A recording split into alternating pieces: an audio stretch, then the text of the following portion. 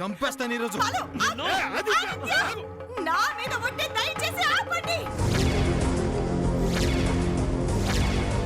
నేను ఊరికే ఆవిడ్ని తీసుకెళ్ళలేదమ్మా.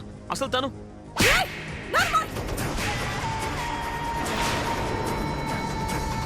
ఆదిత్య, ఇంకా ఇక్కడే ఉండి మా ప్రాణాలు తీకురా.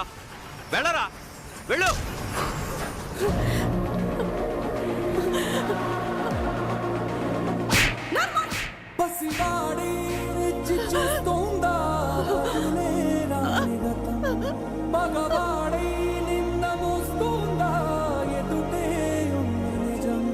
జరిగినదా కలవరం, దొరికినదా ప్రియవరం, కనుతడిగా కరిగినదా ఎదగదిలో సమరం.